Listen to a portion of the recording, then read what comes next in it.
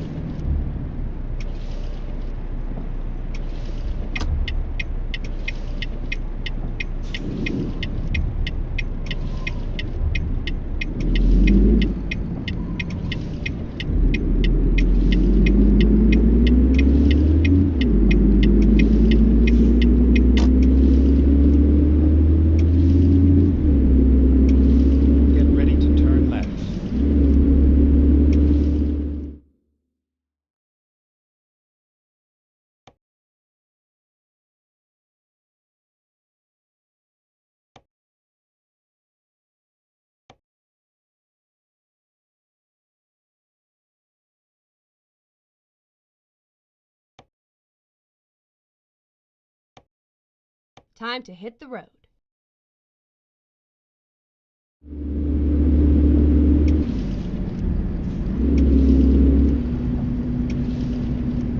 Turn left.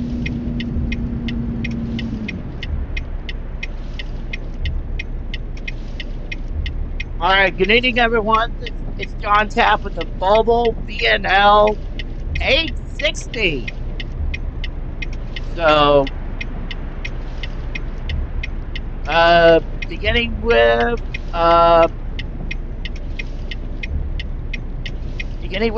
Texas, and right after the traffic.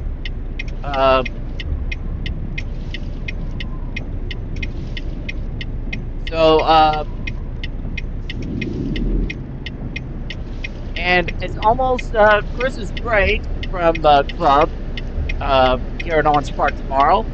So, oh no, next week, beginning next week, just a reminder, we're off.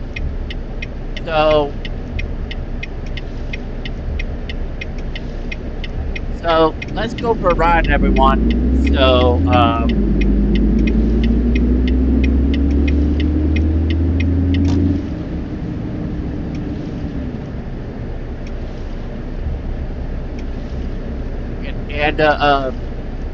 yeah, so, all right, let's go get the first delivery and get going.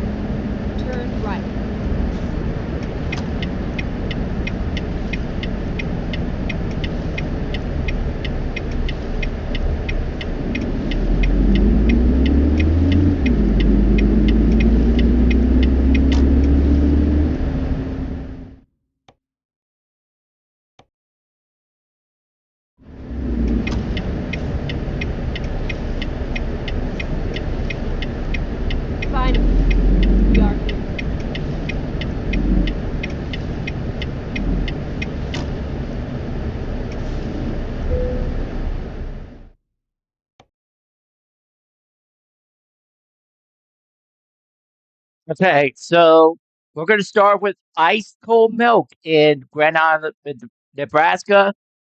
So, but not in Oklahoma, not in Texas yet. So, so that will be in Nebraska, like last night. So,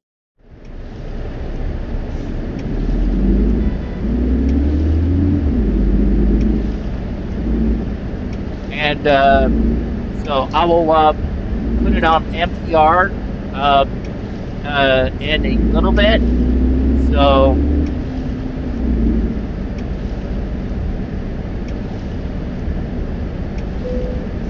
and there will be some donations from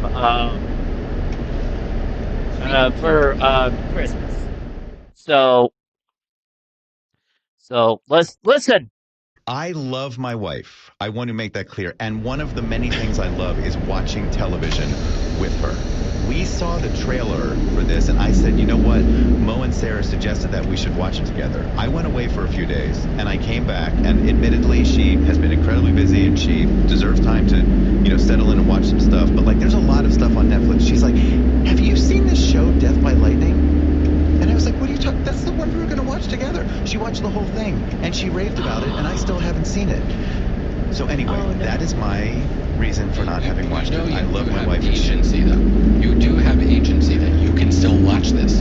I can, but I would have seen it by now, and I wanted to watch it with her because I love watching shows with my wife, and I warned her that I was going to say this on the air. Marriage.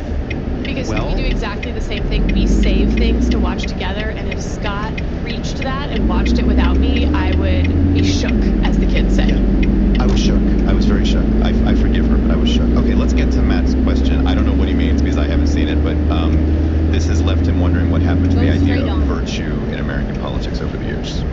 So first of all, hi to Matt's cat, who sounded really fun in that little clip. Yes, I agree. I really went with the cat's name. I think that virtue has always come and gone from American politics. I think this is what the founders were very aware of, that there would be people elected to office who were not purely virtuous. If men were angels, we would need no government, right? So the concept isn't new. I'll also just say, to my point about, nobody's the bad guy in their own story, Roscoe Conkling is a bit of a caricature of himself in Death by Lightning as just wholly bad. A bad guy who knows he's the bad guy. That's not really how history tends to work. And Garfield is wholly good. America has survived terrible presidents like James Buchanan. But I will actually, just for fun here, make a counterpoint that sometimes America has had to survive its greatest presidents. Abraham Lincoln, FDR, Wilson, Reagan. These presidents who we consider great were often some of the greatest threats to the constitutional order. They wanted to change the constitutional order. They, told the Supreme Court at one point or another to jump off a bridge because they had such a political mandate and exigent circumstances and a lot of other things going for them. It's when we've seen the presidency grow the most at the expense of the other branches. So we survive bad presidents and we survive good presidents, and virtue doesn't seem to be the biggest factor. First of all, I just want to thank you guys for making me feel seen and feel like I've had an impact by taking my recommendation. Look, I haven't yet, for the record. But, and I watched it before you recommended it, so I don't know. I was talking to Matt. I'm talking to Matt. Okay. And Matt's cat. It's not always about the two of you. That's weird. I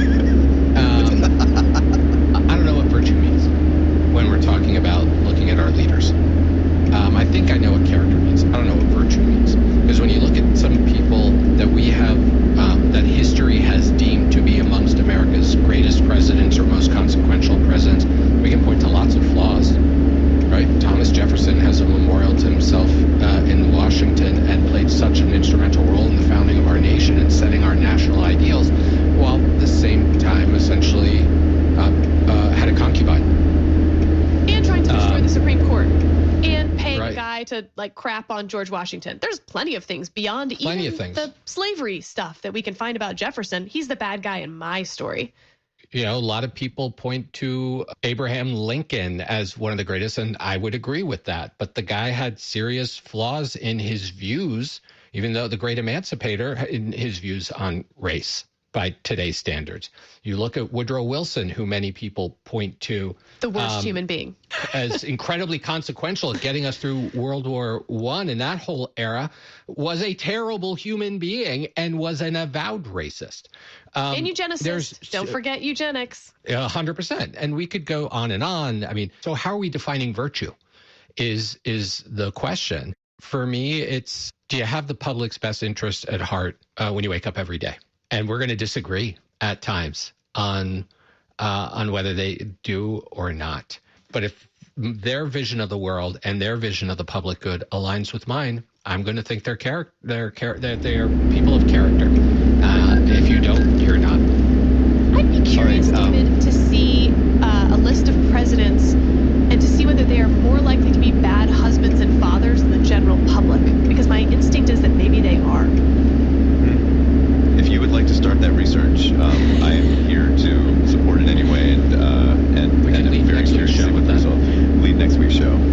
Okay, a little housekeeping, Matt. If you could send us the name of your cat, because Sarah probably won't stop talking about it until we get the name of your cat. And everyone else out there, if you have a question, maybe a political question about 2026, since we're hitting the new year, maybe some kind of prediction question, we want to hear it. Record a voice memo. Keep it to around 30 seconds or so, if you don't mind, and send it to us at lrc@kcrw.org. lrc@kcrw.org. Drop your first name. Tell us where you're calling from. That is it for today. Mo, Sarah, super appreciate you both as always. Left, Right, and Center is produced by Mark K. Green. Our executive producer is Arnie Seipel. The show is recorded by Phil Richards and mixed by Katie Gilchrist. Todd M. Simon composed our theme music.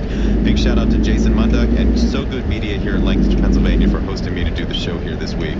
Left, Right, and Center is a co-production of KCRW and Fearless Media. We are distributed by PRX. I am David Crane. Thank you for being here, and come back next week. We'll have more Left, Right, and Center.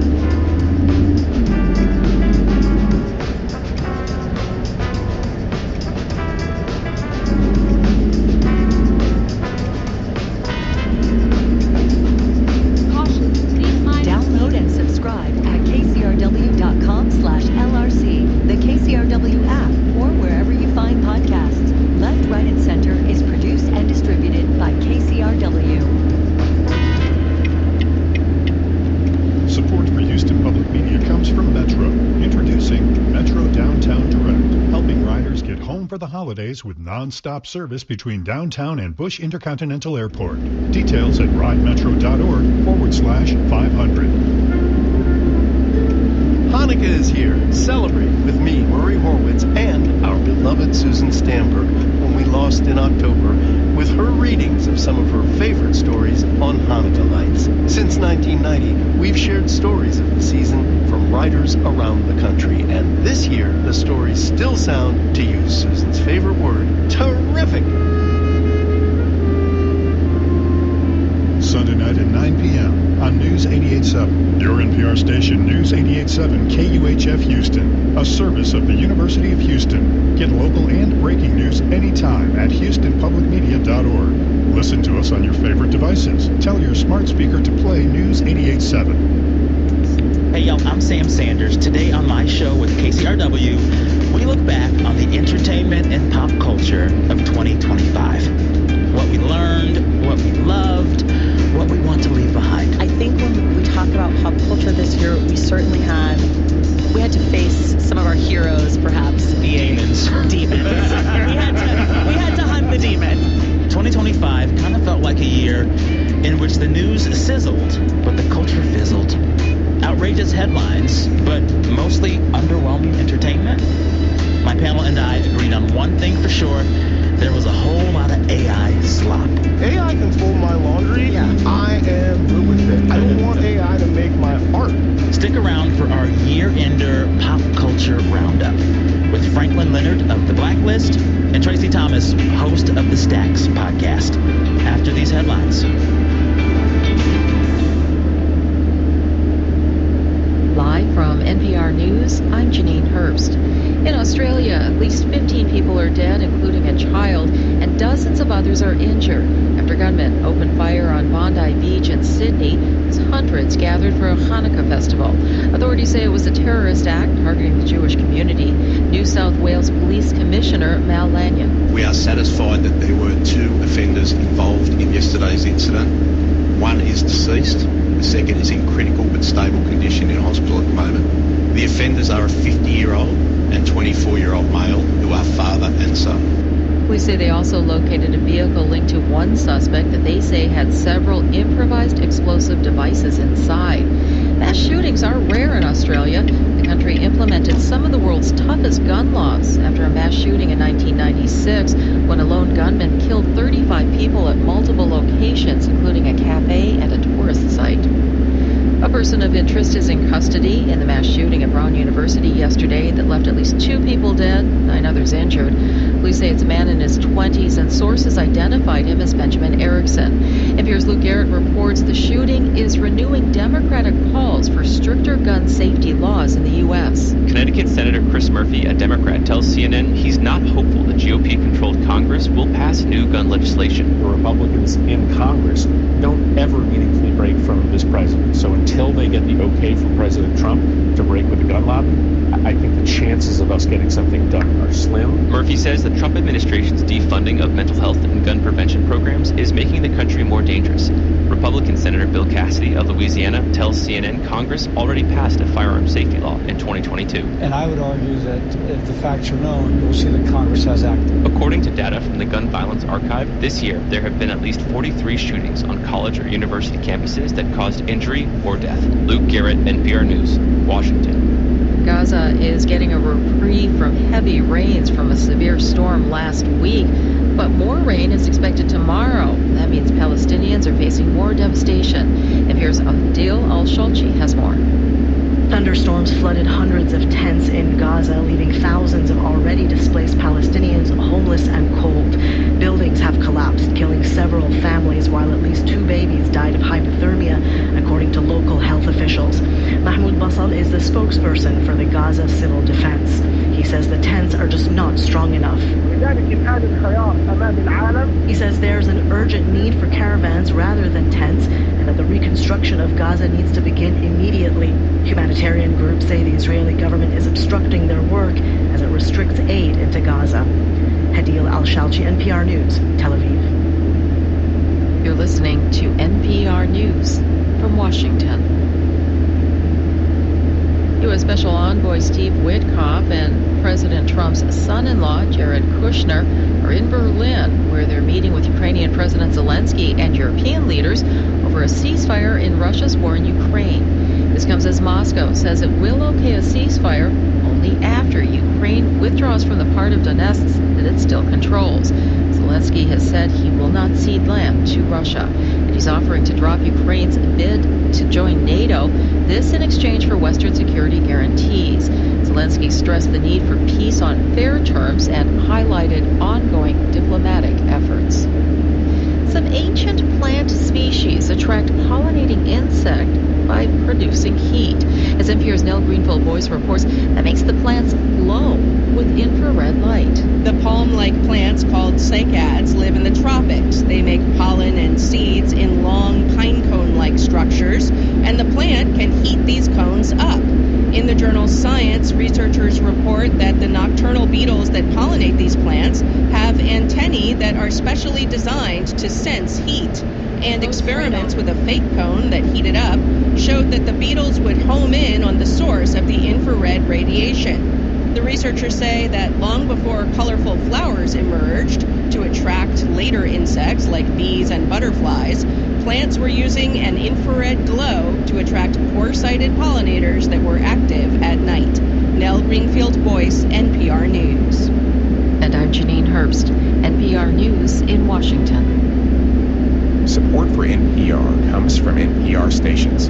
Other contributors include Melville Charitable Trust, committed to ensuring all people have a safe, stable, and affordable home that allows them to thrive. Information about ways to prevent and solve homelessness is at melvilletrust.org. Tonight on Houston Public Media TV 8, get yourself ready for the new season of All Creatures Great and Small. Coming in January, enjoy a double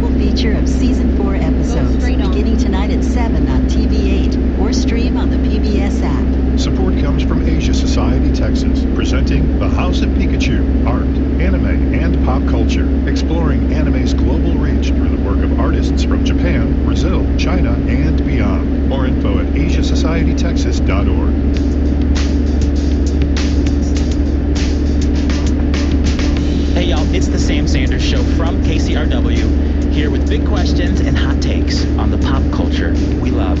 Thank you for listening. If you had to describe 2025 in just one sentence, what would that sentence be? Mine is that the news was sizzling, the culture was fizzling. That's Tracy Thomas. She hosts a very good book podcast called The Stacks. She was not too enthused about this year. I also posed this question, the year in one sentence, to Franklin Leonard, founder of The Blacklist. You know what it is? It feels like we're in the middle of a battle against homogenization.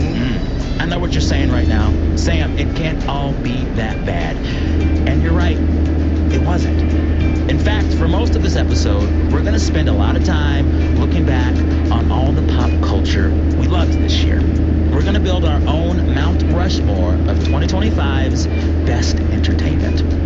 In this ranking, though, we have saved space for a bit of the bad of this year, the infamous. We're going to put those picks in what I'm calling our Valley Low.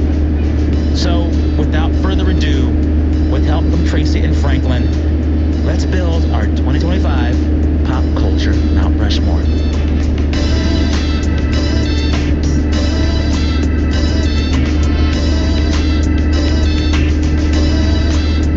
Tracy, Franklin, welcome to the show, to the studio. You're looking good, both of you. We're back. We're back. We got the call back. Just about exactly a year ago, I had you both here to make sense of 2024. Now you're here again to make sense of 2025. But to close that earlier loop, sum up this year in one sentence. I will go first, actually. I will say of this year, 2025 is a year that we all became artificially intelligent. I think that like the rise of AI is the political, business, cultural, and entertainment story of the year. And I think there's a conversation to be had about whether or not AI can be intelligent, whether or not AI is giving us slop. But I think right alongside the rise of AI, I have seen the culture and the discourse get a little dumber too. And so while we're all sitting over here wondering how smart AI can be, I want us to look in the mirror and say, have we gotten dumb? I feel like the levels of discourse around the things that entertain us has become equal parts ephemeral, unnecessarily combative, and increasingly shallow. I think a lot of trends that have been coming for a few years have really solidified. We don't like critics anymore. We have fandoms that will defend even the worst of the worst. I'm thinking about Taylor Swift's new album. And it just feels like we weren't as smart as we could have been this year, collectively. Isn't that every year, though? I felt a lot this year. Extra tough this year. It's giving extra tough. Yeah. But the trajectory is definitely downward. Yeah. Did y'all feel that? Yeah. No argument here. No argument at all for me. Yeah. I need y'all's lines to sum up this year. Okay. Sentence. Mine is that the news was sizzling, the culture was fizzling. That's what I came up with. I feel like there were a lot of news stories, even pop culture related news stories that were big, that were juicy, that had a lot of legs. For example, Sydney Sweeney and the Jeans. That was a big news story. It really was. The movie? What was the movie? I can't even name the movie. What was it called? She had two flops. Yeah, the boxing movie. Christy. I was going to call it Charlie. There was another one that flopped. Yeah, and she's got something else coming. But like Taylor Swift, the engagement, big news, sizzling, juicy. They do the podcast. The album, that's a flop. And so I felt like it sold millions of copies. But the culture, the pop culture, it was a fizzle. I'm going to say definitively, not good. Yeah. And so I feel like that was sort of my theme for the year. Is a lot of stuff just wasn't that good. like a lot of stuff wasn't that good. Yes. And even things that were supposed to to be good, that got a lot of news around them, weren't that good. I believe that. So that's sort of my thing. believe that. But the news was juicy. I was tuned in. I've been tuned into the news. Locked in. The best pop culture of the year, CNN. Yes. Frank, what about you? I don't know that I have like a perfectly articulated sentence, but it feels like That's impossible. the sentence is, it feels like we're in the middle of a battle against homogenization. And so the real story is about what I think are like really, you know what it is? It's originality and internationalization fighting against homogenization and a sort of dominant media myth amidst like real consolidation and sort of weird government control.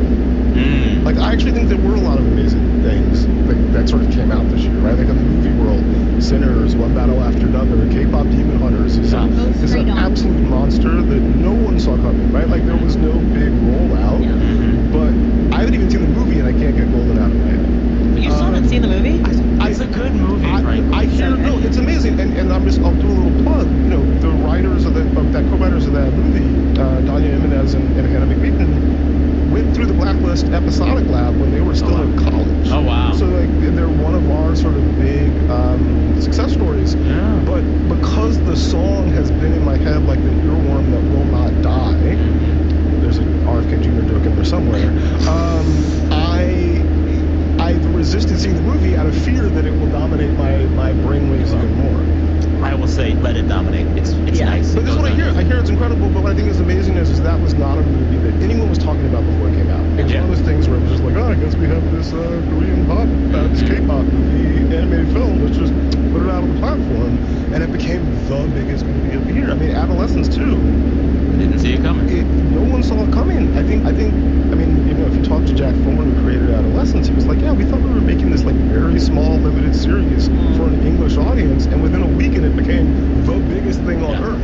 And I think that's, for me, the really exciting thing. Like these things that are not Taylor Swift, Sydney Sweeney, you know, it's Bad Bunny, it's, you know, a bunch of these international films that might be nominated for the Academy Awards this year. No Other Choice, the Brazilian one with Wagner Moura, Secret Agent. Like, I just feel like there's all of this amazing stuff out there that it still takes a little bit longer and it's harder to find. But sometimes we find it and it goes global in a way that its merits deserve.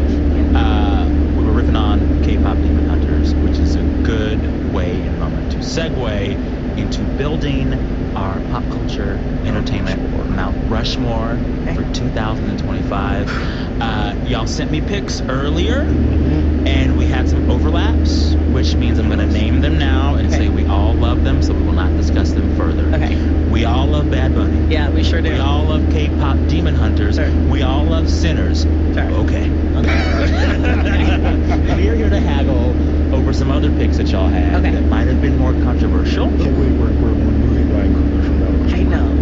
It's not that he's removed. He's there. He's already there. He's already got. The baby other spots. All right. He's like the George Washington of this year's Mount Rushmore. He's there. George Washington's in. If you want to talk about a Roosevelt, we could do that. There we go. All right. This year's Mount Rushmore, we already have Bad Bunny, K-pop Demon Hunters, and Sinners on there. Got it. On like the three, like the mountain over the mountain. Sure. We're doing the other four. All right. Yeah. So of y'all's picks, I want to go through some of them, and I want to start with a pick of yours, Tracy. It was more of an idea than a single thing.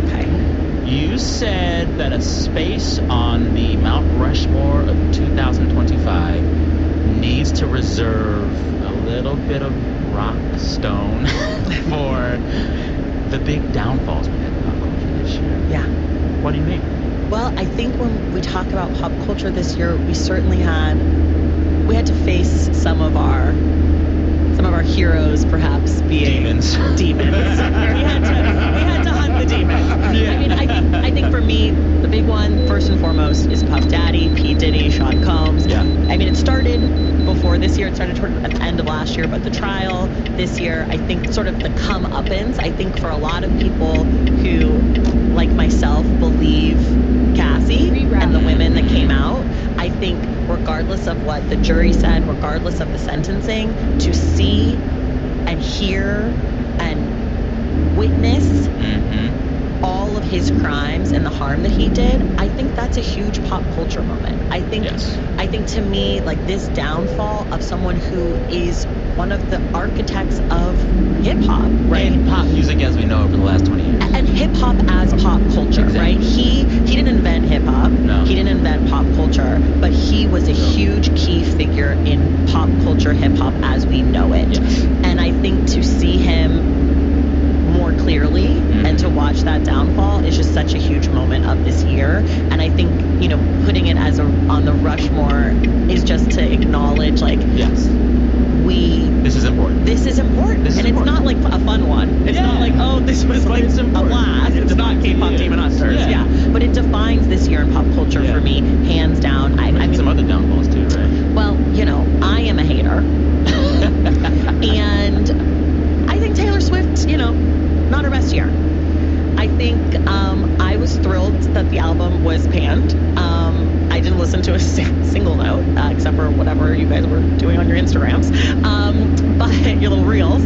But I love that we were having a conversation about Taylor Swift and black women and Travis Kelce and her song Opalite and the language, but also for me as a book person and a person who thinks about words and language a lot. She calls herself an English teacher. She calls herself an English teacher. People are like, it's a joke, blah, blah, blah. But then when the album came out and the language of the album was so bad and obvious. Taylor Swift does is a joke. She has no sense. But also, like, okay, if she's this great literarian, as people want me to believe, her lyrics are so good, they're so deep, blah, blah, blah, then we have this moment where it's like, she's black and I'm opalite. It's like, okay, well, can we unpack that? Like, was that really weird? No, it's something like that. So I managed to avoid the entire all of it. I swam in it. I went into those waters, and I gotta say, I like some Taylor Swift stuff. This was not it.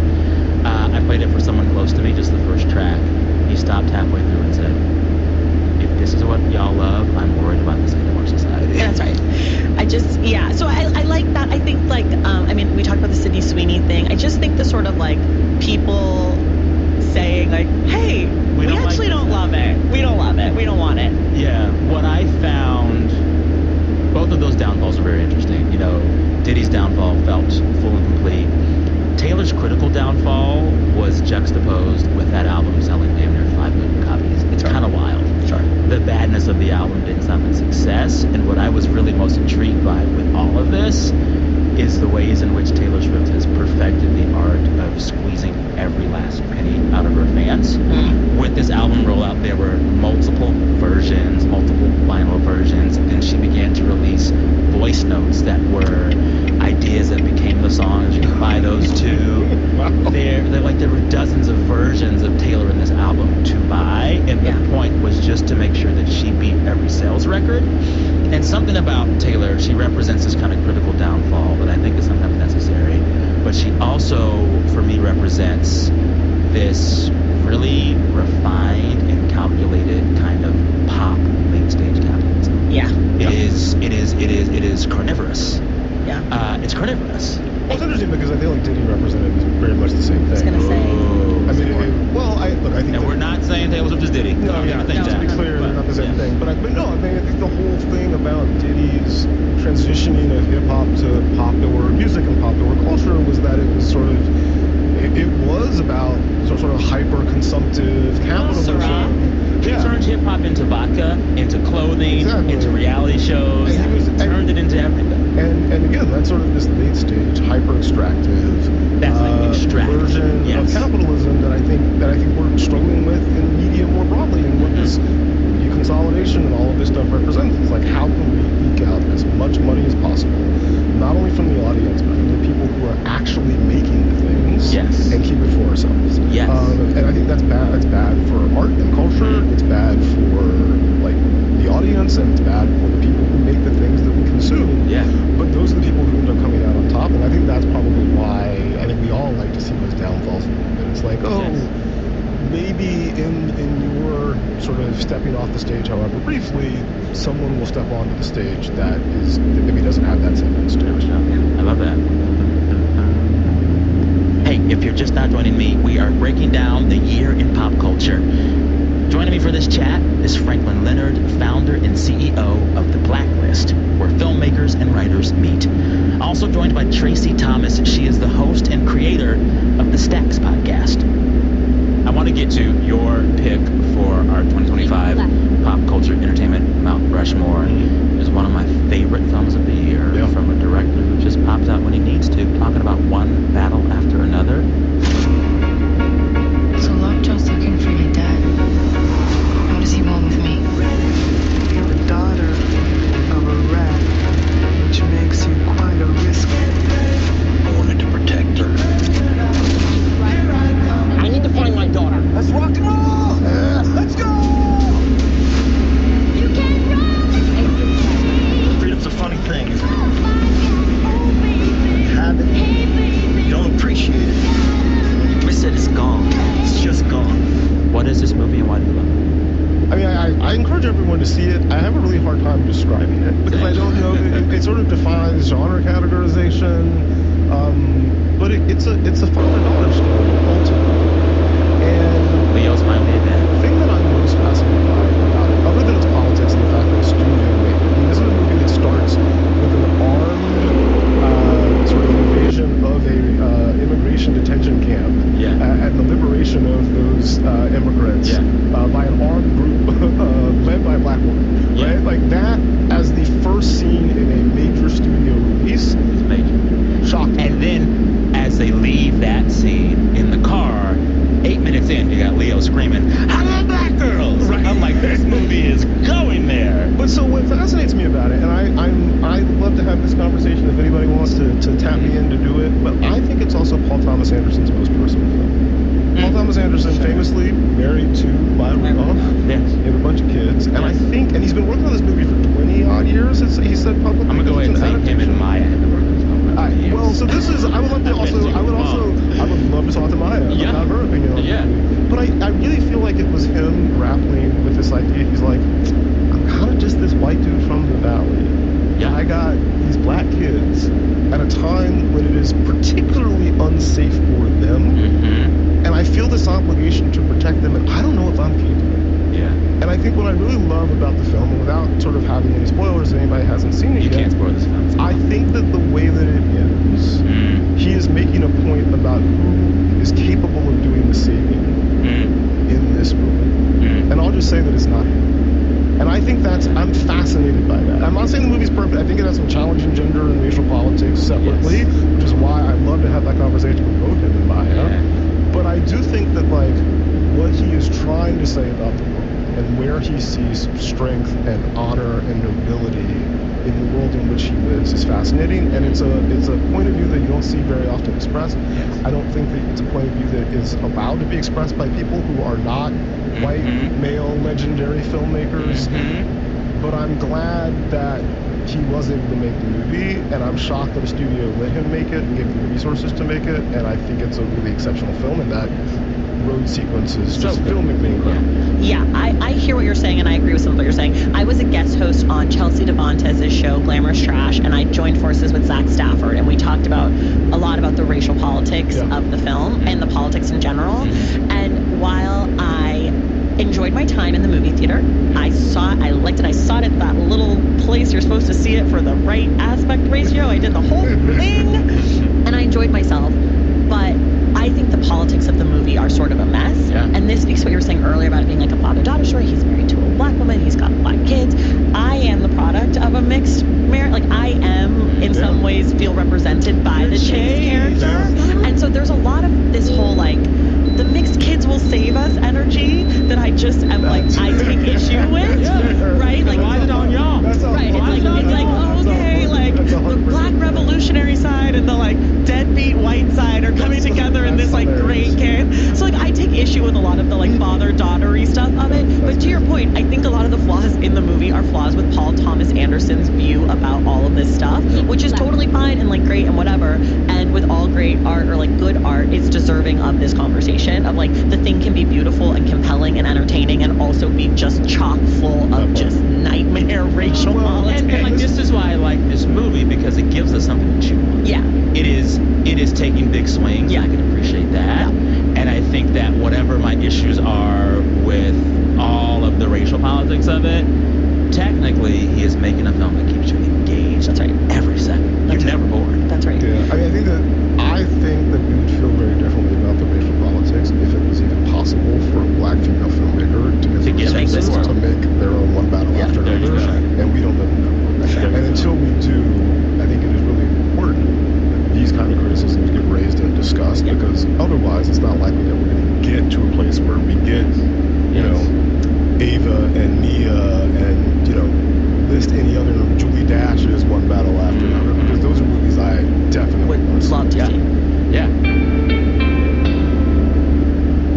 All right, time for a break. When we come back, more on the year in pop culture with my guest, Tracy Thomas, host and creator of the book podcast, The Stacks, and Franklin Leonard. He is the founder and CEO of The Blacklist. Stick around. I'm Anita Rao, embodied as WUNC's weekly radio show and podcast about sex, relationships, and health. Join me to meet people who aren't afraid to question what we think we know about intimacy, who are embracing the unique ways their bodies shape their lived experience, and who have some fascinating stories to share about their relationships. We'll take on the taboo together, next time on Embodied. Sundays at 8 p.m. on News 88.7. The news nowadays is a bit like our weather, much more extreme. The headlines that grab the most attention generate a lot of heat and not much light. On 1A, we rely on your questions and stories to help us better understand the issues that demand more than a few tweets. With your help, we'll get to the heart of the story together.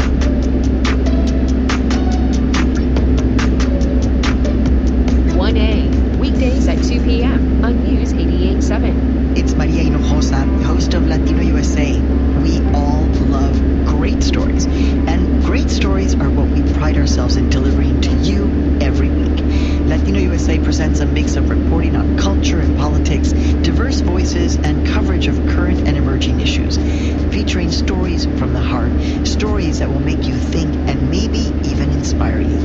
Listen to Latino USA from PRX. Sundays at 7 p.m. on News 88.7. Hey, y'all, you are listening to The Sam Sanders Show. We are spending the hour looking back on the past year in pop culture, trying to make some sense of it all. To do that, I'm joined by Tracy Thomas. She is the host and creator of the Stacks podcast, a podcast all about books. Also joined by Franklin Leonard. He is the founder and CEO of The Blacklist, a platform for undiscovered screenwriters.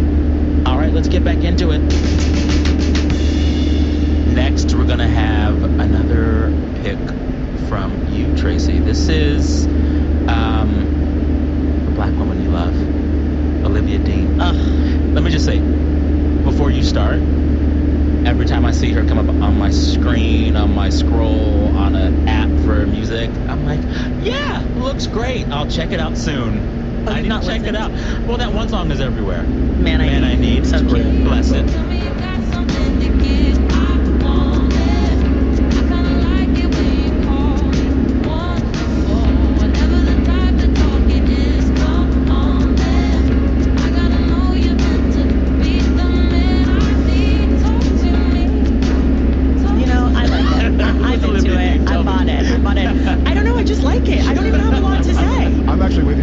It's just like, it's lovely, it's adorable, she's sweet, she's cute. I mean, and I feel like there's no backstory, and I don't care. I don't care. She's just nice. I don't always need to know about artists. Like, I'm okay with your art speaking for you. There are people, like, I mean, I know Bad Bunny's already on our thing, and I know his politics are out there more so, but, like, a lot of the appeal for Bad Bunny for me is, like, the music's good, I like him, he seems like a good hang, and I feel that way. It's like, great, you don't want to come to the United States because of our politics, I love this for you, see you at the Super Bowl. I hope you're wearing a skirt. You know what I mean? Like, that's my vibe. Yeah. And I feel similarly towards Olivia Dean, which is just like, I like your voice, I like the sound, I want to cook dinner to it. And she feels like this polar opposite this year to Taylor Swift. Yeah. Taylor Swift is someone where I know everything about her life, and I don't like the music. Olivia Dean, I know nothing about her, but it seems like the pops are good. And I also feel like it's easier to like the music when I don't know about you. I don't want to know Olivia Dean's politics, because what if they suck? What if Olivia Dean is a total witch, you know? Like, what if she's mean to people? What if she did something terrible. I don't want to know. I just want to know that, like, we can fall in love. That's all I need to know. And I also, the other thing I like about her is that while her song's like, Man, I Need and all of this, her vibe in the lyrics and in the song is actually like, I don't need a man.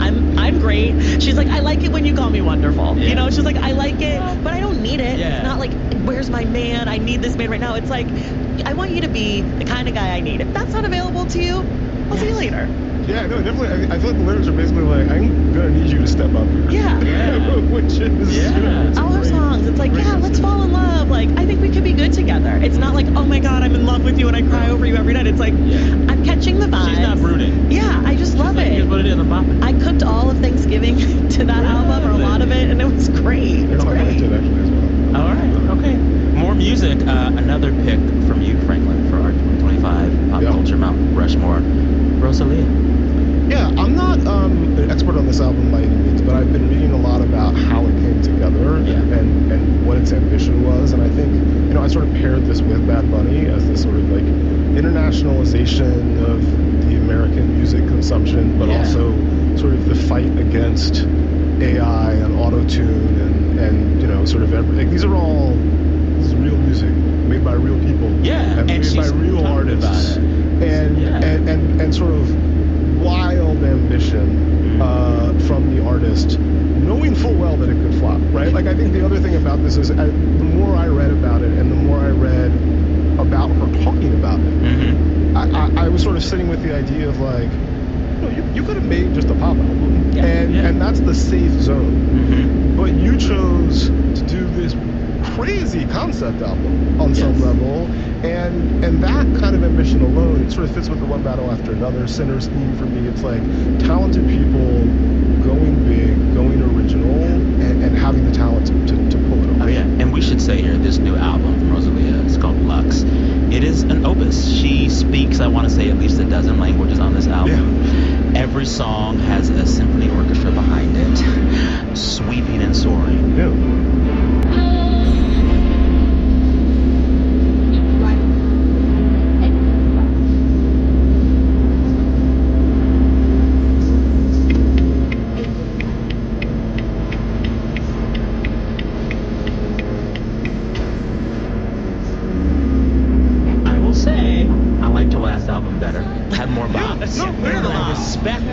I respect the vision. This is not a bop. This is not a bop. This is not. We're not bops there up in here. No. But that said, I think that's right. I admire an artist who at every turn becomes something different. She got her start as a classically trained flamenco singer.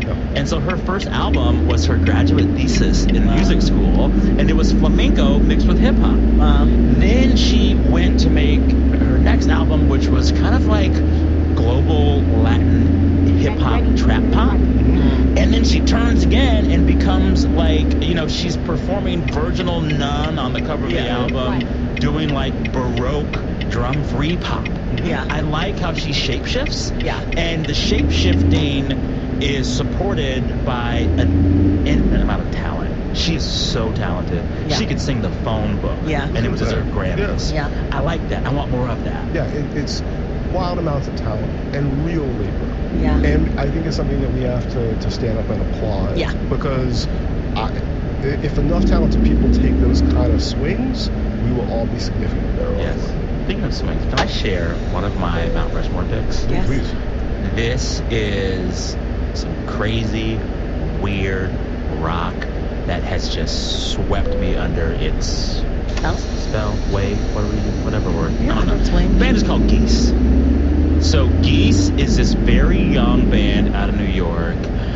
The lead singer, Cameron, he is really close with this producer, Kenny Beats, who became well known for making hip-hop beats for the likes of like Schoolboy Q. Anywho, Geese is this rock band, and all I can say is the lead singer sounds like he is in the middle of a bar fight. He sounds like he's casting a spell on me. He sounds like he's demon-possessed. It is music that is beautifully full of rage. Is it metal? No, it's just really good classic rock vibes, but this lead singer sounds as if he has 1,000 spirits inside of him. I can't even, there are no words. I'm excited. It's wild. And what I like about Geese, is that, like, it is probably abrasive to half or more of the folks that hear it. But for the folks who get it, it's magic. It's evil magic. I can't say anything more about this. The name of their new album, or their latest album, is called Getting Killed. Okay. Like, this is the vibe. Like, those Very low key. So it's like Nora Jones a little bit, would you say? Not at all.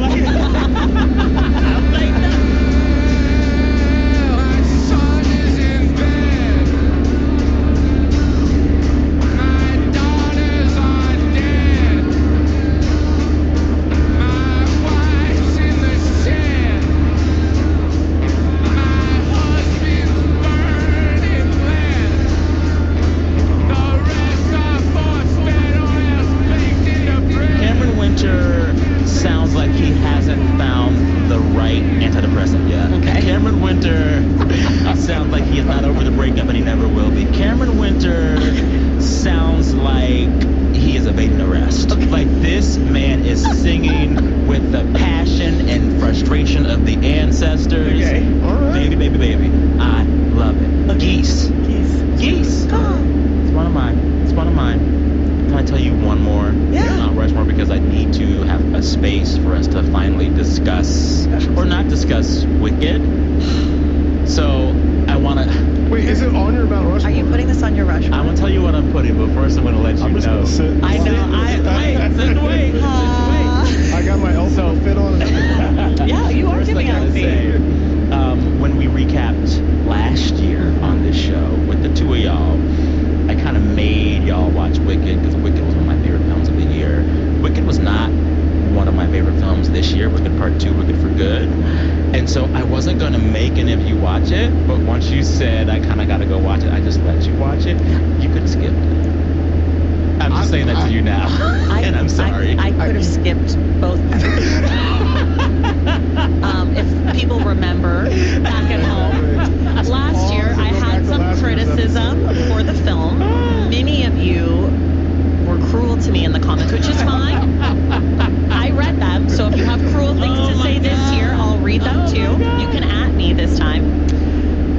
And I had some critique of John Chu, which I think not only was I right last year, but I am 5,000 times more correct about my criticism of him after having seen Wicked Part 2, Back in the Habit for Good. Wicked 2, Jungle Boogaloo. Yeah, Wicked 2. Why we don't have sequels. Okay? All I'll say is I love that you hate watch the second one as well. But I will say my Mount Rushmore pick from the Wicked cinematic universe is not the film itself. It is the come-up of Miss Cynthia Erivo, which I think is evidenced by her weekend-long run as the star of the musical Jesus Christ Superstar at the Hollywood Bowl. I'm so mad I missed that. Watch the video of Cynthia Erivo singing Gethsemane from that musical.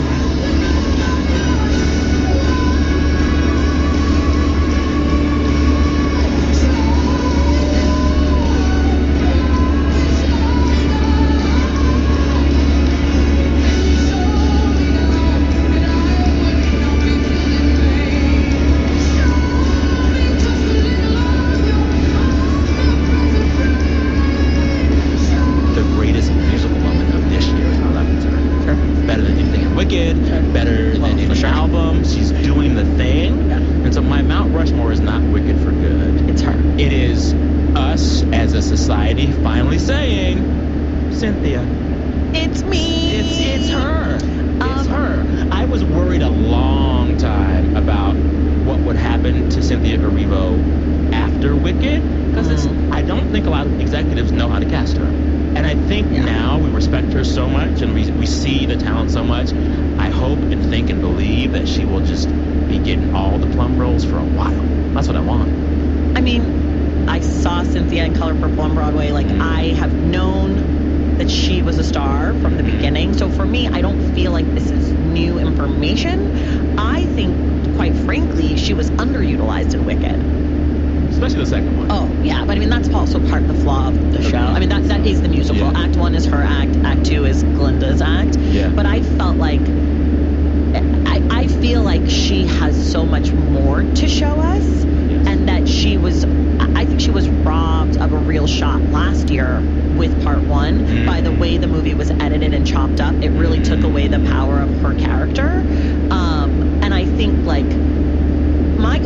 concern is that she's only going to do musical things. I hope that this, her voice is ridiculous. I'd love to see her just in a straight play or a straight movie. Yeah.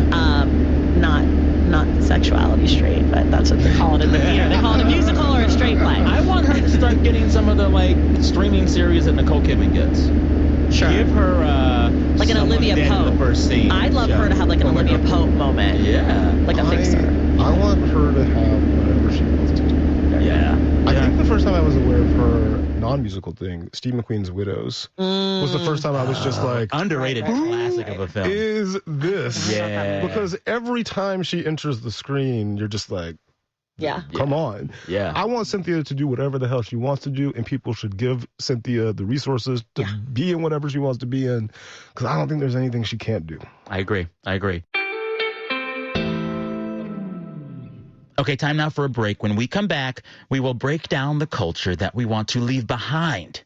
Stay with us. Hi, I'm John Donvan, host of Open to Debate, where we bring you open-minded discussions and debates about the issues affecting our lives. Everything from science and tech to politics, culture, and foreign policy. In our divided nation, we feel it's more important than ever for people to be open-minded, open to disagreement, and open to listening to the other side. Join me in being open to debate. Sunday night at 10 p.m. on News 88.7. Hanukkah is here. Celebrate with me, Murray Horwitz, and our beloved Susan Stamberg, whom we lost in October, with her readings of some of her favorite stories on Hanukkah lights. Since 1990, we've shared stories of the season from writers around the country, and this year, the stories still sound, to use Susan's favorite word, terrific. Sunday night at 9 p.m. on News 88.7. I'm Anita Rao. Embodied is WUNC's weekly radio show and podcast about sex, relationships, and health. Join me to meet people who aren't afraid to question what we think we know about intimacy, who are embracing the unique ways their bodies shape their lived experience, and who have some fascinating stories to share about their relationships. We'll take on the taboo together next time on Embodied. Sundays at 8 p.m. on News 88.7. Hey y'all, it's the Sam Sanders Show. Let's get back to my conversation with Tracy Thomas, host of the Stacks podcast, and Franklin Leonard. He is the founder and CEO of The Blacklist. So now in this segment, we're going to break down the culture that we most want to leave behind in 2025. All right, let's get back into it. We have to get to our Valley Lows, but I have one more Rushmore pick of my own, but I'll just say and then we'll move on. That Facebook tell-all from earlier this year. Ooh, Careless People. Did you read it? Wow. Incredible. Wow. Highly recommend. She also reads the audio book. Sarah Wynne Williams reads the audio book. I cannot recommend this book. I mean, like the things, notes, but the details. Yeah. I mean, the notes for sure, but like, wow. I mean, like, my biggest takeaway from that book is like, trust no major company. Right. Don't trust what they tell you. Don't trust what their mission is. Yes. They want to make money off of you. Well, also, they've also given the children the keys to the car. Like, my takeaway was like, these people have no idea what they're doing, and they're just making decisions. Yeah. They've just been given every opportunity. It's like, oh, Mark Zuckerberg, should we go to outer space? Sure, why not? I mean, there was one moment, I think, in the book where she talks about how Mark Zuckerberg seriously thought that he might just run for president. Oh, yeah. The whole thing is just like, oh, there's no one has told these people no in They don't decades. get no. They don't get no. Anywho, speaking of no's, let's talk about our Valley Lows for the year. Okay. The worst of the worst. Tracy, we're going to have you start off. It is a scandal of establishment media that's got sex, politics, magazine, worms. Keith Olbermann. Oh, yeah. I think we know what we're talking about. It's Olivia Nuzzi. And not just her. It's Olivia Nuzzi. It takes a few to tango. And company. It's okay. Olivia Nuzzi and company. Yeah. Okay. Recap this for folks who have been under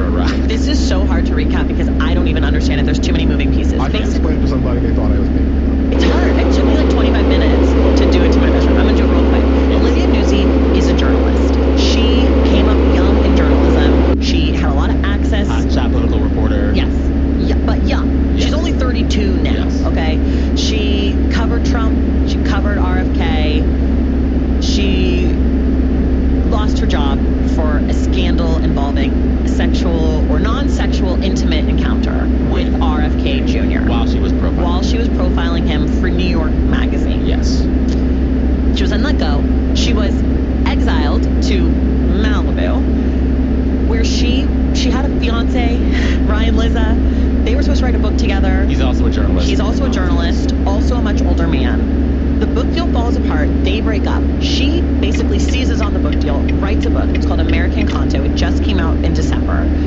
The book is excerpted in her new employer, Vanity Fair. Then Ryan Lizzo writes a multi-part Substack takedown of her. His Substack takedown includes several claims, including that she had an affair with Mark Appalachian Trail Sanford. So basically, Ryan Lizzo was saying Olivia Nuzzi has a pattern of relationships with her sources, with these male politicians of a certain age. Yes. And then, guys, I did the thing that good book coverage people do. Tried to read the book. I love a hate read, okay? I'm a person who loves to read something just to hate it. Yeah. I read that Elizabeth Gilbert book just to have a bad attitude about it. It was bad. But it was legible. The Olivia Nuzzi book is nonsense. I had to stop about 5% into the book because I thought I did not understand or speak English. It is so crazy. It is a torture device.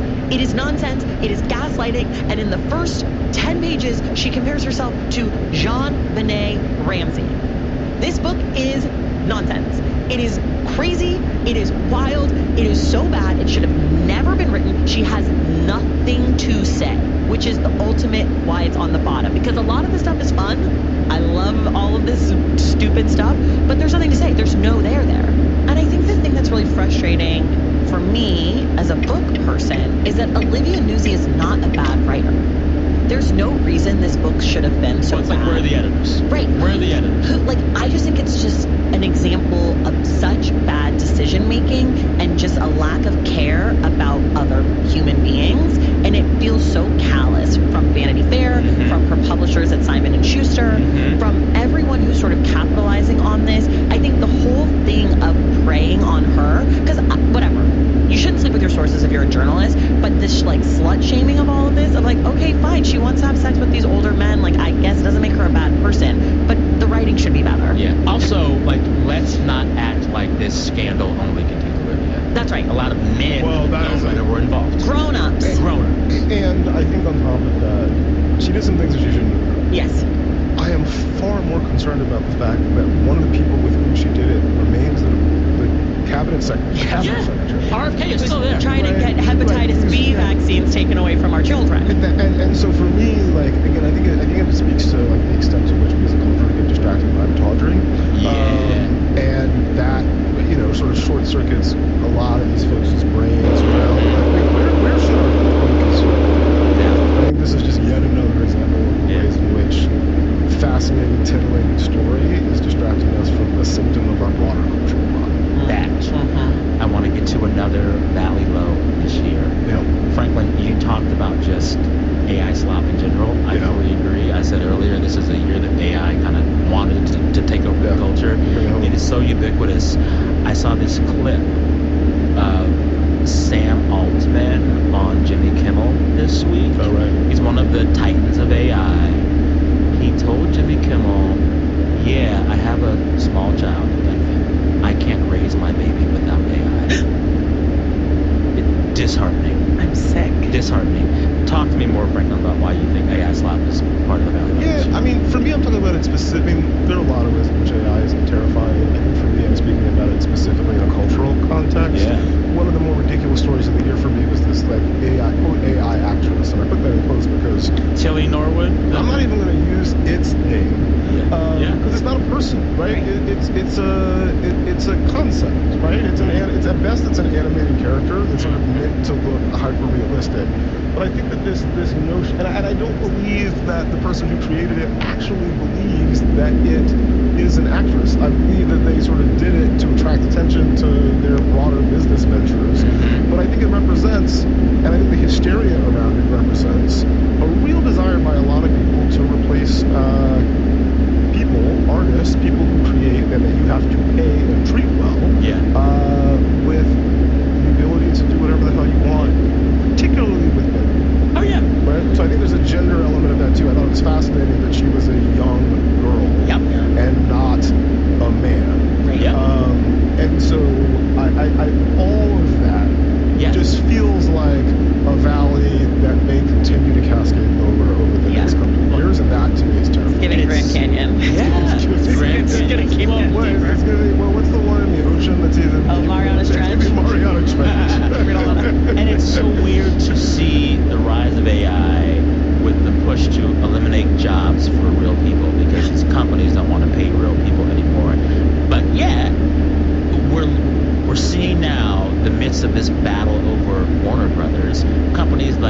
Netflix or Paramount have tens of billions or $100 billion to give for that.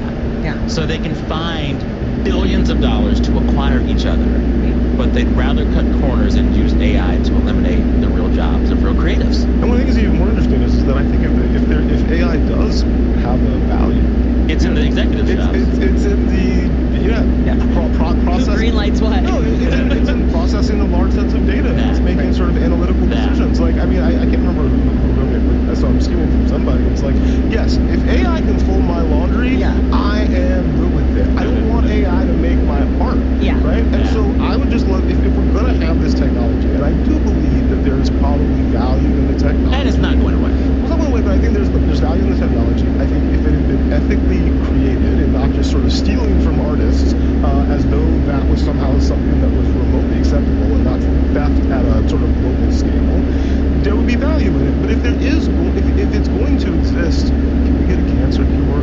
Right? Can I get a cure for the tinnitus in my left ear? Like, can we please set it on problems that are actually problems? Can we get AI on the 405? No, figure that out. Literally, can we get AI on traffic, on poverty, on food insecurity, on all the real problems that are besetting people, and not on, well, can I make an animated GIF for my social media feed? Right. And for me, that's my problem with AI. Like, I am not a Luddite. I don't resist technology. In fact, I'm very pro technology.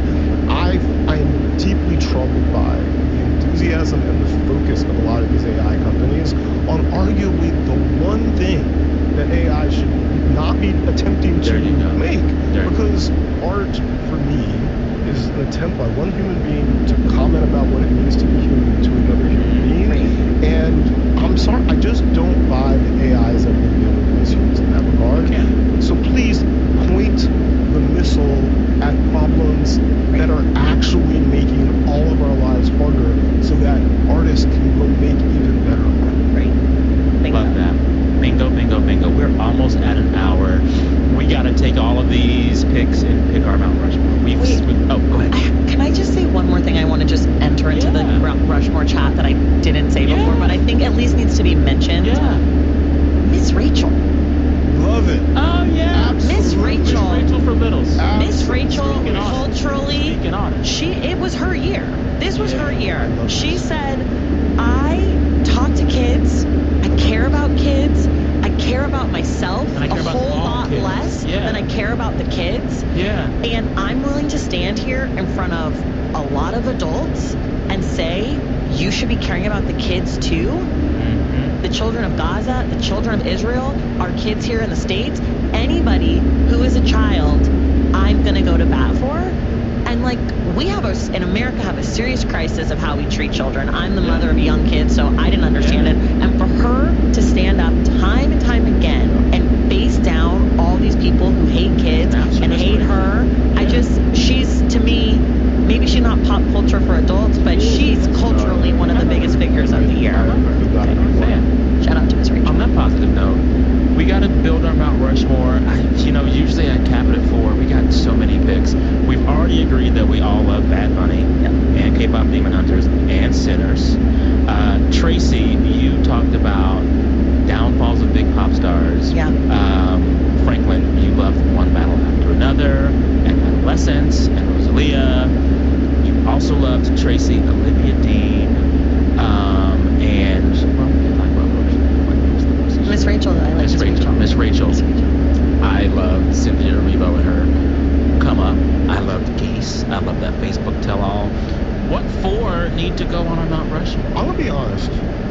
I feel like Miss Rachel deserves a spot there. Okay, so Miss Rachel. Because I think that it's because, like you said, she's been 10 toes down for all children and hasn't blinked. And I think that consistency and that focus and that care is something we need to be celebrating more. And that, again, it's a big swing. I think huge swing. After all of this, the consensus is big swings, globalization, like outside of the American bubble, and also demons. That seems to be the 3 things that came up a lot. So then I think it's set. We love all the things that we talk about as contenders, but I feel like the 2025 Mount Rushmore has to be Bad Bunny, K-pop Demon Hunters, Sinners, and Miss Rachel. I feel good about that. I feel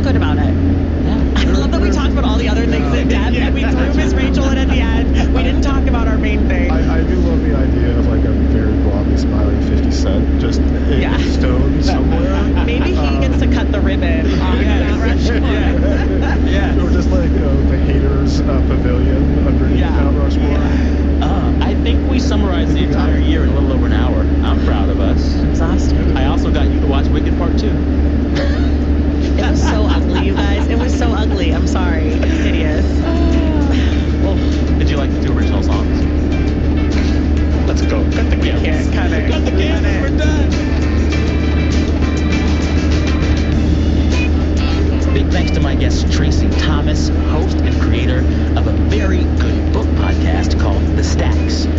Also thanks to Franklin Leonard, founder and CEO of The Blacklist, a platform for undiscovered screenwriters. Okay, this show is a co-production between Sam Sanders Productions and KCRW. We are distributed nationally by PRX. If you like what you've heard today, you can find all my interviews on your favorite podcast app. A lot of them are also on YouTube. And the whole shebang is at kcrw.com/Sam Sanders. All right, listeners, till next time, be good to yourselves. Talk soon.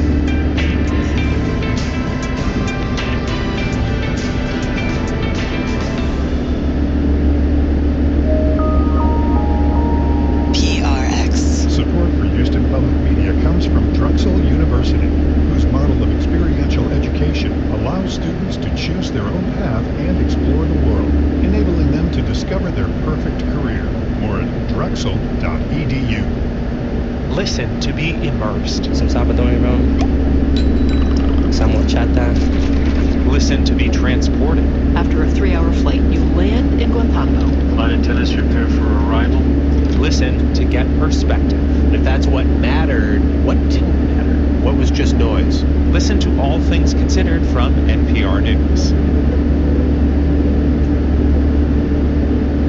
Weekdays beginning at 3 p.m. on News 88.7. Your NPR station, News 88.7 KUHF Houston, a service of the University of Houston. Get local and breaking news anytime at houstonpublicmedia.org. Listen to us on your favorite devices. Tell your smart speaker to play News 88.7. From Futuro Media and PRX, it's Latino USA. I'm Maria Hinojosa. Today we go on the ground to Guatemala to see what it looks like when USAID funds are slashed. When you start missing economic engines that are providing for you and your family, your first option is to leave. We look at the White House attacks on LGBTQ plus organizations that aren't even in the United States. There was nothing even close to sex change assistance going to any of these countries, not Guatemala, but nowhere in the world. And later, a boy, his journal, and the book that came from it. We get on top of trains. We are poor people, but immigrants. All those who come here, nothing stops us. All of this coming up on Latino USA. Stay with us, no te vayas. Live from NPR News, I'm Janine Hurst. Australian Jews living in Israel are mourning the deaths of at least 15 people in today's mass shooting at a Hanukkah celebration on Bondi Beach in Sydney. Dozens of others were injured. Police say a father and a son are suspected in the attack. Jerome Sokolovsky has more from Tel Aviv. An Australian cantor chants a prayer of mourning at a vigil on a beach in Tel Aviv. Hundreds of people crowd around and light candles in memory of the Bondi Beach massacre victims. Ellie Parks said his grandparents and many Australian Jews of their generation were survivors of the Holocaust. They went to Australia to escape the anti-Semitism of the old world. When we grew up, we thought we were the blessed Jews. We were the ones who didn't have to deal with all that. And unfortunately, the last few years have shown us that isn't quite true. But he said the vast majority of Australians are horrified by the attack and also want the kind of country that was a haven for his grandparents. Jerome Sokolovsky, NPR News, Tel Aviv. In Rhode Island, police say they have a person of interest in custody, a man in his 20s, identified by sources as Benjamin Erickson. There's no word on a motive for the shooting that left at least 2 people dead, 9 others injured. It happened yesterday as students were taking final exams, and the state's governor, Daniel McKee, says they are offering help to those who are struggling with what happened. As governor, I'm committing to the city and to Brown and the broader community that has been impacted by this to make sure everyone who needs assistance, mental health assistance, can access them. Brown has canceled classes and finals. McKee also ordered flags at state buildings be lowered to half staff. Far-right politician Jose Antonio Cast will be Chile's next president, having scored a resounding victory over his left-wing rival in the presidential runoff. John Bartlett has more from Santiago, Chile. Cast ran a campaign based almost entirely on public security and immigration, claiming that he would install an emergency government in a country which he describes as being in crisis and which is deeply traumatized by a recent rise in crime. Cast's father, Michael, was a Nazi Party member who fought in the German army in the Second World War and emigrated to Chile in 1950. His son, José Antonio, the president-elect, is a staunch supporter of Chilean dictator Augusto Pinochet and will become the first president since democracy returned in 1990 to openly support the dictatorship. Cast will take office on the 11th of March 2026, the deadline he has repeatedly given for illegal migrants to leave the country or face persecution and deportation. For NPR News, I'm John Bartlett in Santiago, Chile. You're listening to NPR News from Washington. Media mogul and democracy activist Jimmy Lai is scheduled to be sentenced tomorrow in Hong Kong. He's facing multiple charges for his activism. NPR's Emily Fang reports one carries a potential life sentence. Lai was first arrested in 2020 under Beijing's national security law in Hong Kong, accused of colluding with foreign forces by contacting American politicians like President Trump and then Vice President Mike Pence, as well as journalists. He had already spent years in prison on protest charges when his national security trial began in 2023. And while awaiting his verdict, his family says the 78-year-old's health has declined. Lai's work funding and organizing pro-democracy demonstrations came late in life.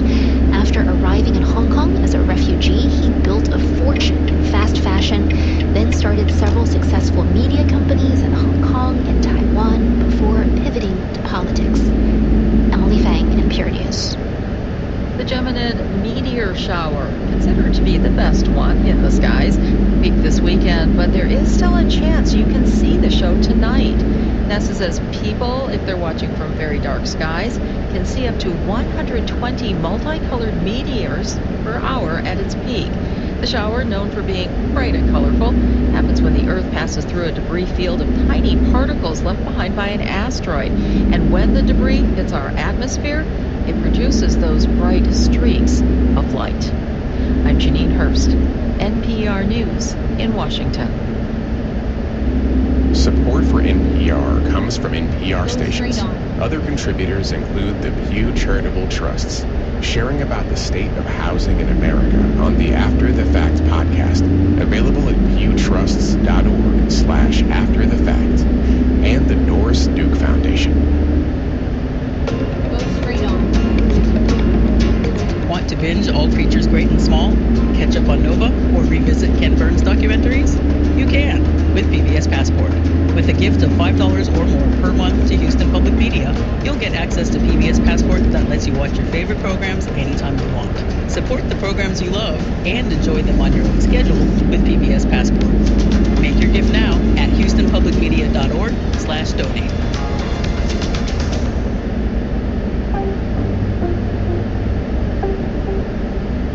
Welcome to Latino USA. I'm Maria Hinojosa.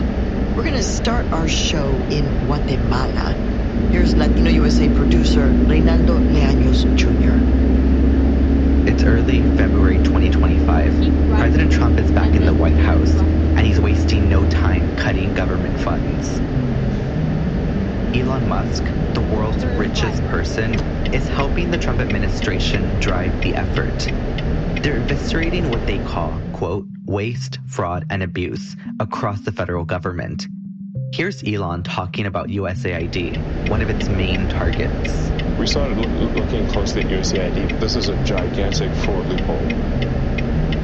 USAID is a US-backed government agency that provides humanitarian aid globally.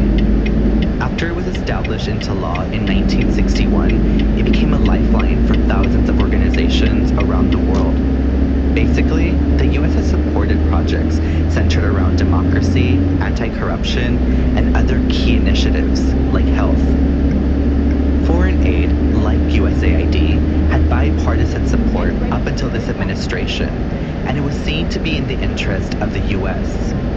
But now, since Trump took office again, his administration has canceled nearly $65 billion worth of USAID contracts, about 80% of its programs, and gutted the agency and its staff around the world. On top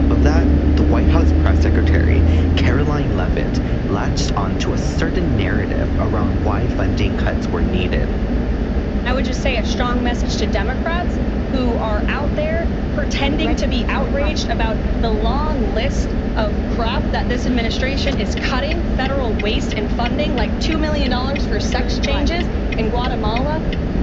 Yes, the White House press secretary said there were so-called sex changes happening in Guatemala using taxpayer dollars. The misleading claim was directed towards Asociación Lambda, a local organization that helps LGBTQ+ people in Guatemala. And that rhetoric from the White House had ripple effects more than 2,000 miles away. That's Carlos Valdez. He's the executive director of Lambda in Guatemala City. Carlos was just having a regular day when the office phone started ringing off the hook. Local and U.S. media outlets were bombarding Lambda with calls for a response to the White House's claims. Tuvimos que desconectarnos casi 15 días. Carlos says it got so bad that they had to disconnect their phone for 15 days. Vuelvo a repetir, ahí está el proyecto que no era cambiar sexo, como decía esta señora. Carlos says it plainly. The White House lied. Lambda doesn't provide gender-affirming surgeries. What Lambda actually does is they help strengthen local activism, gather stats about the queer community, and they run a shelter for LGBTQ+ migrants. What is true is that Lambda's name was on a U.S. government contract for $2 million from USAID, but it's more complicated than that. Nosotros éramos los titulares del contrato y lo que hacíamos era apoyar a Transformación. Carlos explains how they didn't even use the USAID grant money. They were only the facilitators. The aid went to another local org, Transformación, which helps trans men in Guatemala with things like healthcare and economic programs. In essence, Lambda and Transformación became scapegoats. Examples from the White House to help delegitimize USAID's overall work around the world. They were targeted, and the impacts were real.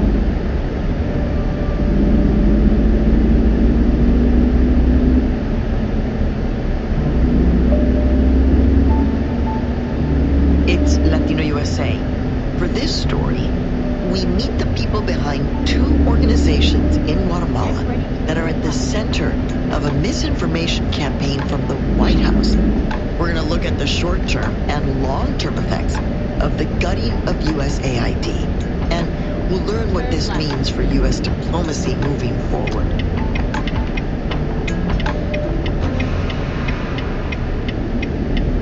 Let me pass the mic back now to producer Reynaldo Leaños Jr. I'm in Guatemala City, and I'm about to meet Alex Castillo, the co-founder and director of Transformación. Remember, they received some funding from USAID, but it came through Lambda, the organization I mentioned earlier. That's Alex Castillo. He's wearing a shirt with the company logo on it and some loose pants. His hair is short, gelled, and kind of spiked. Y esto es una camilla y que es donde nos informaron que era donde se hacían las operaciones de cambio de sexo. He wastes no time and starts to show me their now infamous clinic where, according to the Trump administration, the so-called sex changes are happening. Alex's wife is also here. She's a primary doctor at Transformación. Mi nombre es Yusimil Carrasana Hernández. She lists some of the services they offer. Las poblaciones trans no solo buscan hormonas, porque como todo ser humano, Yusimil says the trans community isn't just looking for hormones. They also have other needs. pueden ser portadores de enfermedades crónicas que en algún momento se pueden agudizar, como por ejemplo ser diabéticos, ser hipertensos, tener enfermedades de la tiroides. They provide regular medical exams, blood work, and treatment for conditions such as diabetes and hypertension. I ask her, why is it important to have a space like this? Couldn't they go to any medical provider to get these same services? Y es importante porque en este espacio nosotros no estigmatizamos. Here, we don't stigmatize people, she says. In Guatemala, trans people face extreme violence, largely in obscurity. The Guatemalan state doesn't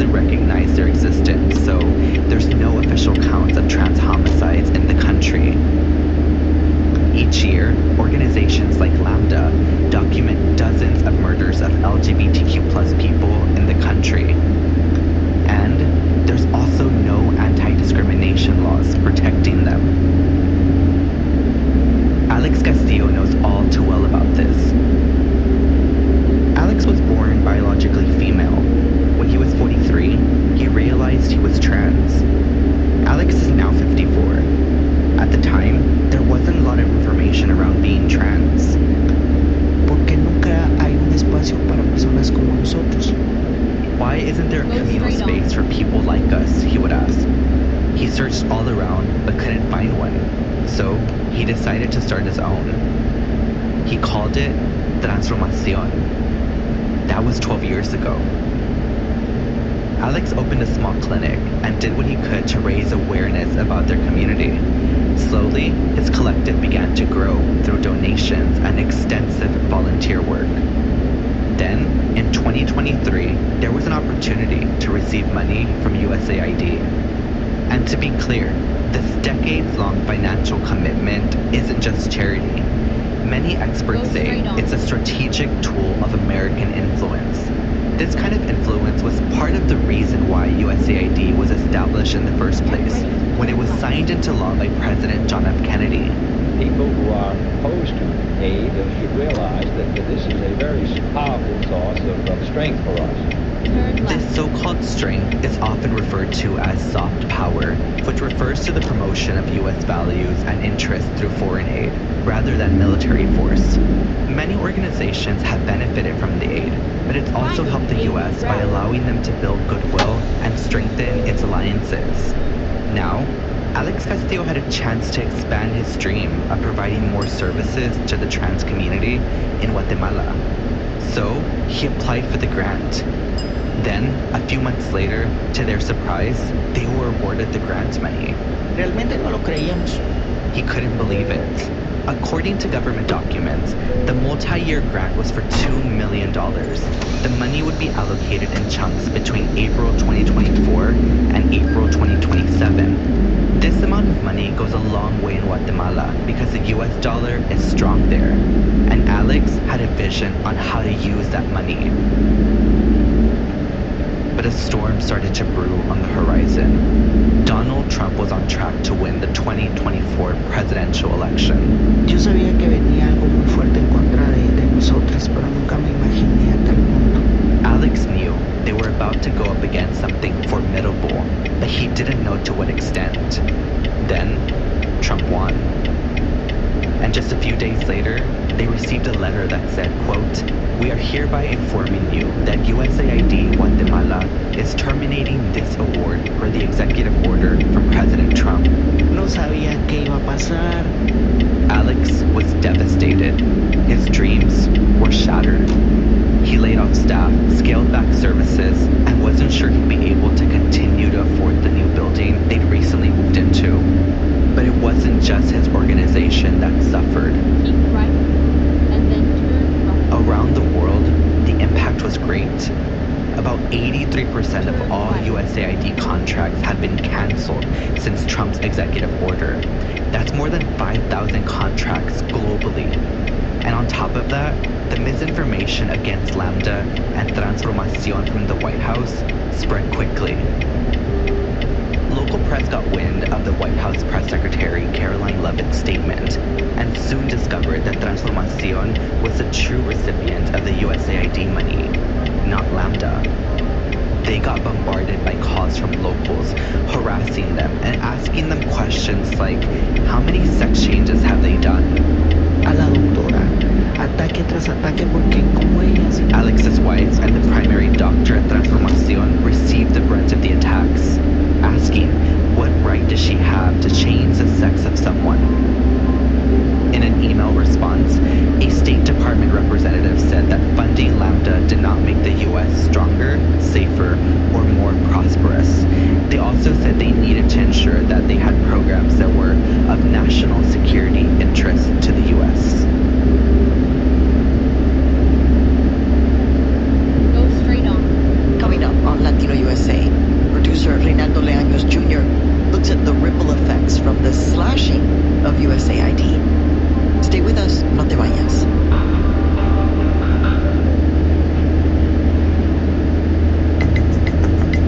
Hello, I'm Greg Billingsley, and on the next Hello Houston, we'll talk with my former colleague and Houston broadcasting legend, Melanie Lawson, about her long, award-winning career here in Houston, her plans after retiring, and more. And I'm Celeste Diaz-Sherman. We'll also talk to members of the Energy Corridor Chamber Choir about their upcoming holiday event. And I'm Ernie Manus, and as usual, we'll discuss the top stories of the day at the top of each hour. It's Hello Houston, where Houston talks, 11 a.m. to 1 p.m. here on News 88.7. Hi, I'm John Donvan, host of Open to Debate, where we discussions and debates about the issues affecting our lives. Everything from science and tech to politics, culture, and foreign policy. In our divided nation, we feel it's more important than ever for people to be open-minded, open to disagreement, and open to listening to the other side. Join me in being open to debate. Sunday night at 10 p.m. on News 88.7. Welcome back to Latino USA. I'm Maria Hinojosa. When we left off, we met Alex Castillo of Transformación. It's an organization that serves trans people in Guatemala. We learned about the day he lost USAID funding for his organization. We're going to get back now to Latino USA producer Reynaldo Leaños Jr. as he reports on how USAID and migration go hand in hand. Lambda's work in Guatemala goes beyond supporting LGBTQ plus people. They also operate a shelter that houses LGBTQ plus migrants. Soy Alejandro Morales y soy el coordinador del albergue de espacio seguro LGBTIQ+. That's Alejandro Morales. He runs the shelter, which he says can house up to 24 people. Many people in the region leave their home countries due to violence, discrimination, and lack of economic opportunities.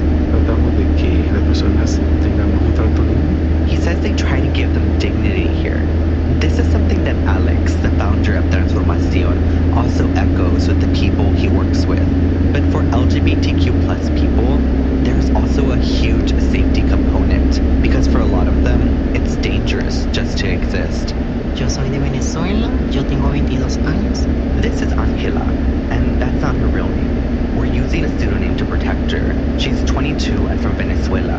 Angela says she left home after being threatened by local gangs. And she couldn't be herself, nor did she see a future where she could live freely as a trans person. Para nadie es un secreto que el único trabajo que se puede conseguir siendo una chica trans es trabajando sexualmente. Y allá es muy peligroso. It's no secret that back home, the only work trans women can get is sex work, she says. And it's very dangerous. Y matan muchas las personas trans. Many human rights organizations have consistently reported that trans people are disproportionately murdered across Latin America. Angela's ultimate goal was to reach the U.S., where she believed life was better and safer than back home in Venezuela. Angela left with her sister and traversed through the deadly Darien jungle. They safely crossed several countries until Angela was sexually harassed in Honduras. Entonces llegamos aquí a Guatemala. Then they arrived in Guatemala. Their money had run out, so Angela stayed behind. She felt really sad that she had to stay in Guatemala and be separated from her sister. Without a place to stay in a foreign country, Angela was lucky to find shelter at Lambda. Me siento segura, puedo hacer como yo quiero ser y expresarme. She says, I feel safe here, and I can be me and express myself the way that I want to. And that feeling of safety and stability is something many USAID projects hoped to build for people in their home countries, according to Milady Guilarte. She worked under the Biden-Harris administration. Milady was the Deputy Assistant Administrator for the Latin American and Caribbean Bureau at USAID. My role was to oversee our agency's operation from Panama all the way through Mexico. She has more than 2 decades of experience in this space. So when she saw the decimation of USAID in early 2025, she couldn't believe it. Since this summer, USAID has been officially shut down, and the remaining obligations were absorbed by the State Department. I was in denial first. I knew that we had systems in place where you couldn't just get rid of an agency. One of the things that bothered me lately was the silence from Capitol Hill. Because for a long time, there was bipartisan support around foreign assistance. She wondered why many representatives and senators weren't speaking out, including Secretary of State Marco Rubio, who had previously voted in favor of many current USAID projects when he was a Florida senator. I would tell you that the real problems of American spending is not foreign aid, which is a very small part of our budget. That's Rubio in 2011, responding to concerns that a considerable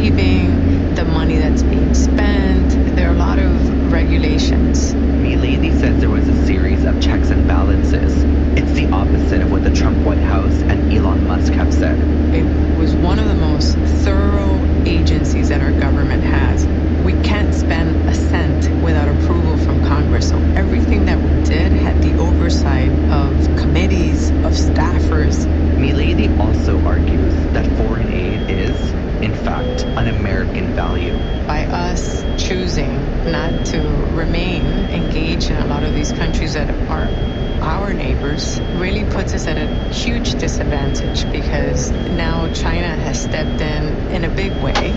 Over the last year, China has moved into countries like Cambodia and Nepal to help fill the void left by USAID. This is seen by experts as a way for China to gain geopolitical influence in regions across the globe.